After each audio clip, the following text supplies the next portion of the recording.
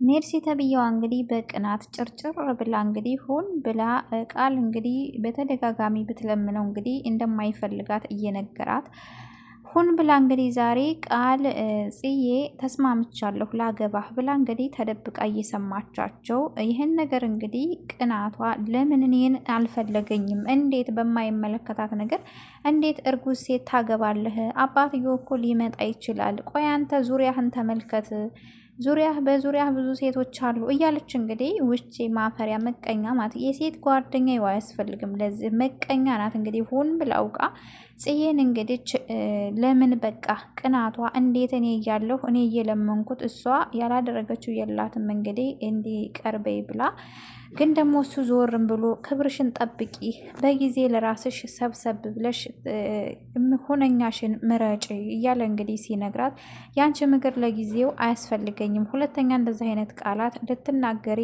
አልፈልግም፣ ጽዬንም እንድትናገሪብኝ አልፈልግም ብሎ እንግዲህ ሲላት እሷ ግን በቅናት ጭርጭር ብላ እንግዲህ ሁን ብላ ልታጣላቸው እንግዲህ አውቃ እኔን የሆነ ነገር እያለኝ ነው ብላ እንግዲህ ለገኒ ተናግራ ይሄ ውሸታም ሰውዬ ነው ባለጌ ነው ብላ እንግዲህ ሁን ብላ አውቃ ጽንና ቃልን ለማጣላት እንግዲህ ለገኒ ተናግራባታለች ማለት ነው። ይሄ ማለት አውቃ እንግዲህ ለምን እንዴት ጽን ያገባል ነው እኮ በቃ እኔ እያለሁ ወይ የሴት ጓደኛ አያስፈልግም። በቃ የሴት ጓደኛ መቀኛ ነው። በቃ መቀኛ ይኸው እንዴት እኔን አላገባም ብላ እንግዲህ እስከ ዛሬ ድረስ ከጎኗ ሆና አብራ ሚስጥሯን ሁሉ ስትነግራት የነበረችው እንግዲህ ሜርሲ ዛሬ እንግዲህ ቃል ሊያገባት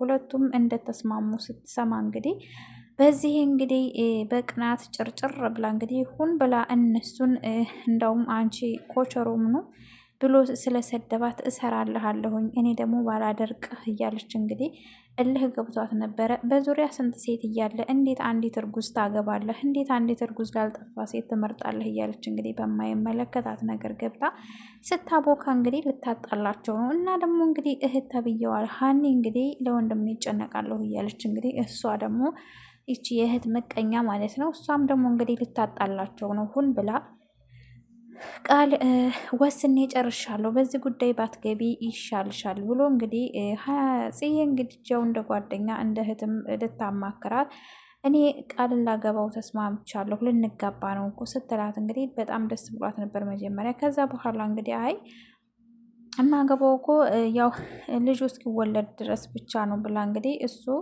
ይህንን ሀሳብ ያመጣው ሲቀጥል ራሱ ቃል ነውና ራሱ ነው እኔ ላግባሽ፣ እሱ ይወዳታል ያፈቅራታል እንግዲህ ይህን ሀሳብ ያመጣው ራሱ ቃል ስለሆነ ከዛም አስቢበት ብሏን ነበር። አሁን ግን ያው እሷም እየወደደችው በሚያደርግላት ሁልጊዜም ሰው በራቃት ሰዓት፣ በከፋት ሰዓት፣ በመጥፎ ጊዜ በሚባሉት ጊዜ ከጎኗ ሆኖ አይዞሽ ቃል እገባልሻለሁ መቼም ቢሆን ልጅሽንም አታስወርጅ እያለ እንግዲህ ብዙ ነገሮችን ከጎኗ አቁሞ ነበር። በስተመጨረሻም እንግዲህ ሁለቱም ያው እሱም አፈቀራት እሷም ደግሞ እንግዲህ ትወደዋለች እና ያው ወደዋለሁ ለማለት ሸም እንግዲህ ፈርታ እየተሽኮረመመች አይ ያው በኋላ ልጁ እስኪወለድ ድረስ ነው ብላ ስትላት እንግዲህ ይቺ ሀኒ ተብዬዋ እንግዲህ ያው ደንግጣ በንዴት በፍጹም እንደዚህ ሊሆን አይችልም ብላ እንግዲህ ለወንድሟም ስታማክረው ቃል አይ በዚህ ጉዳይ ተስማምታለች ላገባው ነው አለችኝ። ግን ደግሞ እንዴት ነው ልጇ እስኪወለድ ድረስ የምታገባ ብላ እንግዲህ በኋላ እኮ ተጠቅማ ልትታውህ ነው ስትለው እንግዲህ አይ በዚህ ነገር ላይ እኔ ወስኜበታለሁ አንቺ ምንም ነገር እንትን ሊልሽ አይገባም ብሏት ነበረ ማለት ነው። ቤተሰብ እንግዲህ ሰላም አለይኩም ወራህመቱላሂ ወበረካቱ ውድና የተከበራችሁ የተወደዳችሁ የኑራ ቤተሰብ ሰላም ብያለሁ። ሰላማችሁ ይብዛ በያላችሁበት። ለዚህ ቻናል አዲስ የሆናችሁ ላይክ፣ ሼር፣ ሰብስክራይብ አድርጎ ዛሬ እንግዲህ ሀረግ ድራማን ይዤላችሁ መጥቻለሁኝ። እንግዲህ ሀረግ ድራማ እንዳያችሁት ማለት ነው ጽዬ በባለፈው ክፍል እንግዲህ ጽዬ መስማማቷን እሷ ደግሞ እህቱ ደስ ይላታል ብላ እንግዲህ እኔና ቃል ስንጋባ ልንጋባ ነው ብዬ ብነግራት ያው ደስ ይላታል በማለት እንግዲህ ማወራሻለይ ብላ ነበር እንግዲህ እዛ ፓርት ላይ ያለቀው ማለት ነው። ድራማው ያለቀው ቤተሰብ እንዳያችሁት እንግዲህ እኔ ቃል ላገባው ወስኛለሁ ተስማምቻለሁኝ ብላ እንግዲህ ስትነግራት ከምርሽ ነው ብላ ነበር ደስ ያላት። ከዛም እንግዲህ ተናዳ አይ ያው በእርግጥ እንደምትወደው አልነገረቻትም። እሷም ደብቃታለች። ግን ደግሞ ያው ተናግራለች። ይህ ነገር በፍጹም ሊሆን አይችልም። እኔ በወንድሜ አልደራደርም። እንደዚህ አይነት በኋላ ቢጎዳ ሳንቺ ትተሽው ትትሄጂ ወደ ሌላ እሱስ እንዴት አይነት ህይወት ነው የሚኖረው ብላ በእርግጥ በሀኒም አይፈረድም። ምክንያቱም ለወንድሟ ያው ከማሰቧ የተነሳ ነው። ግን ቢሆንም ደግሞ ይሄ ነገር እንዴት ልትወስን ትችላለች? እንዴት ነው ሳትወደው ልታገባው የምትችለው ብላ ማሰብ ነበረባት። ያው ለውሳኔ ቸኩላ እንግዲህ ወንድሟንም እንዳናገረችው ጽኮ አውርቻት ነበርና ቃልን ላገባው ወስኛለሁ አለችኝ ስትለው እንግዲህ እሱ በጣም ነበረ ደስ ያለውና በደስታ ያው ፍንጥቅጥቅ ያለው ማለት ነው።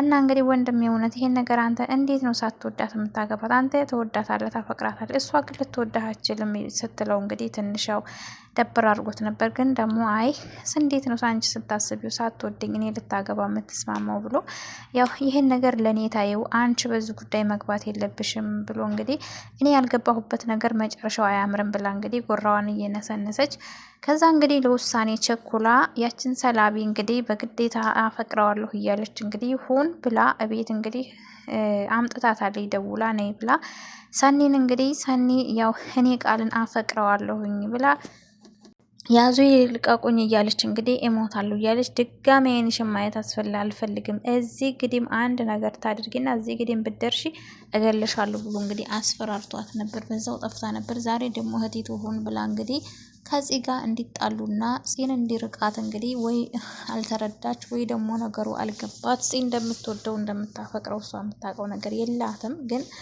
ያው አሁን አግብቷት በኋላ ያው ፈታው ሌላ ብታገባ ወንድሜ ምን አይነት ህይወት ሊኖረው ነው? ወንድሜ ምንድነው የሚሰማው ብላ ያው በማሰብ ነው እሷን በእርግጥ ይሄን ነገር ያደረገችው። ትክክል ናት። እዚህ ጋር ግን ደግሞ ቶሎ መወሰን አልነበረባትም። ምክንያቱም ያችን ማንጣት አልነበረባትም። ያቺ ተለዝጋ ተቤት እንግዲህ እንኳን ቤት መታና እንዳውም እየተላዘዘች አልፋታው ብላ ነበር። አሁን ደግሞ ጭራሽ አመጣቻት ማለት ነው። እና እንግዲህ የጓደኛ ምቀኛ ይቺ ሜርሲ ተብያዋ እንግዲህ እስከ ዛሬ ድረስ ያው የሉሊት እህት መሆኗን ማንም አያውቅም ነበር። እንግዲህ ለጽ ይነግራታል። እንደ ጓደኛ እባክሽ ሁሉን ነገር ልረዳሽም እችላለሁ፣ ስለዚህ እንደ ጓደኛ ቅረቢ ብላ እንግዲህ ጽዬም ሰው መስላት እንግዲህ አብራ ያው ሲያወሩ ምን ሲሉ ነበረ። እንግዲህ ዛሬ እንግዲህ ከወዳ እየሰማች እንግዲህ ተደብቃ እየሰማ የነበረ ፂና ቃል የሚሉትን እንግዲህ አሰብሽበት ያን ነገር ሲላት፣ አዎ አስቤበታለሁ፣ ላገባህ ተስማምቻለሁ ስትለው እንግዲህ ሩጣ ነበር ዘላ እንግዲህ ፊታቸው የቆመችው ማለት ነው። ደንግጠው እንግዲህ ሁሉም ደንግጠን፣ አንቺ ቆይ ምንድን ነው ይሄን አሳፋሪ ትልቅ ሰው አይደለሽ እንዴ? እንዴት ነው ሰው ተደብቀሽ የሰው ወሬ የምትሰሚው? ሲሏት እንግዲህ ምንድን ነው ዋናው ነገር ያው መስማቴ ነው ብላ እንግዲህ ተናዳ እንግዲህ ከዛ መጣሁ ስልኬላ አምጣ ምናምን ብላ ወደ ላይ ወደ ፎቅ ስትወጣ፣ ቆይ አንተ ምንድን ነው? ቆይ አንተ ዙሪያህን አታይም እንዴ? ስንት ሴት በሞላበት እንዴት ነው የሰው ልጅ የያዘችን ሴት አንድ ትርጉዝ ሴት፣ ቆይ አንተ ሴት ጠፍቶ ነው እሷን የምታገባው? እያለች እንግዲህ በማይመለከታት ነገር ሁን ብላ እነሱን ለማጠላት እና ጽዬን ለማሸማቀቅ እንግዲህ ቻውቃ እሷ እርጉዝ ናት እኮ ተየትም አባቱ የማይታወቅ እንጂ ያረገሰች ሴት እንዴት ነው አንተ ቆይ የምታገባት? እንዴት ነው ዙሪያህን ማየት ያቃተህ? እያለች እንግዲህ ያው ስታሸሙርበት እንግዲህ ይሄ ሁሉ ለምንድን ነው እኔን የማታየኝ? እኔ ፊትህ እያለሁ ለምንድን ነው እችን እርጉዝ ሴት መረጥክ ነው? ይሄ ሁሉ እንግዲህ ምቀኛ፣ የጓደኛ ምቀኛ ማለት ነው። እቺ ሜርሲ ተብዬዋ ምቀኛ ናት። በቃ ምቀኛ። እንደዛ በጎኗ የቆመውን ሰው በችግሯ ሰዓት በዛን ሰዓት አብሮ ወንድሟ እንኳን እንደዛ ናቱ እንደዛ እያለው በፍጹም ልታውሽ አልችልም ብሎ እንግዲህ ከጎኗ የቆማን ሰው በግዴታ ተለያዩ ብላ አሁን ብላ ልታጣላቸው ነው እንግዲህ ያው እሱም ተሰደባት። አርፈሽ ተቀመጪ፣ ለእኔ ለጊዜው ምክሩ ይቅርብኝና ለራስሽ የሚሆንሽን መርጠሽ በጊዜ ተሰብሰቢ፣ ሴት ነሽና በሴት ላይ ለመፍረድ አትሞክሪ ብሎም እንግዲህ አፏን ነው ያዘጋት። ከዛ በኋላ እንግዲህ አርፈሽ አንድ ነገር ብትናገሪ እገልሻለሁ፣ አርፈሽ ተቀመጭ፣ ሁለተኛ ስጽን ለማሸማቀቅ እንዳትሞክሪ ብሎ እንግዲህ ጀግና ነው አቦ። ወይ እዛ ፓርት ላይ በጣም አስደስቶኛል እኔ ማለት ነው። እና እንግዲህ እንደዛ ብሎ ኮቸሮ እንግዲህ ብሎ ሰድቧት በጣም ተናዳ ሆን ብላውቃ እንግዲህ እነሱ ሲወጡ ለገኒ አረገኒ እኔ ሊጋቡ እንደሆነ እኮ ሰማው ስትላት መቼም ተደብቀሽ እየሰማሽ መሆን አለበት እንጂ ለአንቺ ይሄን ነገር ልትነግርሽ አትችልም ስትላት፣ ዋናው ነገር መስማቴ ነው። ምንድን ነው እልቁንስ አስቆሚያት፣ ልጁ ባለጌ ነው፣ እኔንም ራሱ ሲላከፈ ነበር ብላ እንግዲህ ሁን ለገኒ ስትነግራት፣ ገኒ ፊቷ ሁሉ ቀይር ነው ያለው። እንግዲህ ሁን ብላ ልታጠላን ነው። መቼም ይሄን ነገር አውቀሽ ተንኮል አስበሽ ያልተፈጠረ ነገር ሰውን እያስወነጀልሽ ተሆነ አልፋታሽም ብላታለች። እንግዲህ ገንዬ በፍጹም መሆን የለበትም ይሄ ነገር፣ መስማማት አለባቸው ማለት ነው። እና ሱሬ እንግዲህ ዛሬ በጥፊ ተመቷል። ወይ ሱሬና እናቱ ወይ እንዴት ነው የሚያስቀኑት! እናት ጊዜም ሻመት ትኑር ማለት ነው። እናት ናት፣ በቃ ሻመት ትኑር ከምር እንደዛ። እንግዲህ የአቶ መስፍን እንግዲህ ያው አለ ብሎ እንግዲህ ክፍሉ የጀመረውን የፕሮጀክት ስራ እንግዲህ ያው ጀምሬያለሁ ብሎት እያሳየው በቀደም ያው ወረቀቱ ምናምን አሳይቶት ነበር። እና ዛሬ እንግዲህ ና ቶሎ እንነጋገር እና የጀመርክልኝን ጨርስልኝ ብሎ ተክፍል ያለ መስሎት እሱ በጠዋት ወጥቶ እዛው ሂዷል ዘበኝነቱ። እናቲቱ ደግሞ እንግዲህ ያው እንደፈረደባት ስደውልለት የቤት ክፍሉ ስገባ የለም።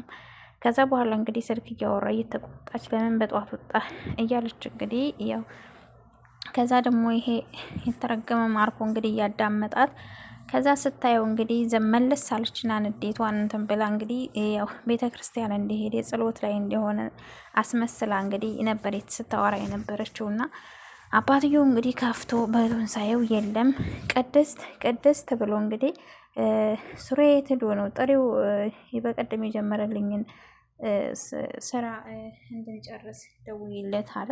አይ ጸሎት ሄዷል እኮ ወደ ቤተ ክርስቲያን ሄዷል፣ ጸሎት ሄዷል እና እኮ ተመቼ ወዲህ ነው እሱ የሚሄደው። እንዴት ዛሬ ያለ ወትሮ ዛሬ ለመጀመሪያ ጊዜ ሄደ እያለ እንግዲህ አይ ሄዷል በቃ ምን መጥፎ ማሳየ ብሎ ሄዷል ብላ እናት እንግዲህ ውሸት ዋሽታ እንግዲህ እሱም ሲመጣ ነጠላውን ለብሶ ነበር የመጣው። ወይ እናት እዛች ፓርት ላይ መቼም እኔ እንጃ በጣም ነው ደስ ያሉኝ ሱሬና እናቱ ማለት ነው። ወይ ደግሞ እንዴት አድርጋ እንደቆነጠጠችው ራሱ። በዛ ላይ ደግሞ ስለዚህ ሲያወራ አይዞ ታገባታለህ፣ እሷም ትስማማለች። ዋናው ነገር አምነህ እምነቱ መናገር አይደል? አይዞ ታገባሃለች እያለች እንደው አንተ ልጅ ግን ይቺ ልጅ ወዳሃታል እንዴ? ሆን ብለህ ነው እንደ ያደረግከው እያለች በጣም ነበር ደስ ያለኝ ወላሂ። ውይ እናት ውሸት ዋሽታ እሱ ሌላ ቦታ ሄዶ ልጅን ይገሉብኛል ብላ እንግዲህ ተጨንካ ተጠባ ጸሎት ነው የሄደው ብላ እንግዲህ ያው አተረፈችው ማለት ነው። እንግዲህ እሱም እንግዲህ የእሱን እድገት የማይፈልገው እንግዲህ ወንድሙ ማርኮ ክፍሉ ይገባና እንግዲህ ያንን በቀደም እንግዲህ አባቱ ጋር የጀመረውን ስራ ለአባቱ አሳይቶት አባቱም ደስ ብሎት እንግዲህ ያንን ስራ ሊበልጤ ነው ብሎ አባትና ልጅ እንግዲህ ይህንንማ ተጀመረ እኔን ዘወርም ብለው አያውኝም እኔ ልወድቅ ነው ብሎ እንግዲህ ያንን የፕሮጀክት ስራ የጀመረበትን ወረቀቱን ፋይሉን እንግዲህ ወስዶበታል። ክፍሉ ገብቶ ነበረ። ፋይሉን ማን የወሰደው ብሎ ክፍሌን ማን የከፈተው ብሎ እንግዲህ ሲጠይቀው አሁን ሂድና ተየትም ብለህ ወረቀቱን አንጣ ብሎ ሲጠይቀው አይ ማርኮን ይሄን ነገር ሊወስድ የሚችለው ከሱ ውጭ ማንም ሊያረገው አይችልም ብሎ እንግዲህ ለአባቱ ሲነግረው አባቱ ደግሞ ምናልክ አንተ እንዴት ወንድምህ እንደተጠረጥረዋለህ ብሎ እሱ ወንድሜ ሳይሆን ጥላቴ ነው ብሎ እንግዲህ በጥፊ ነበር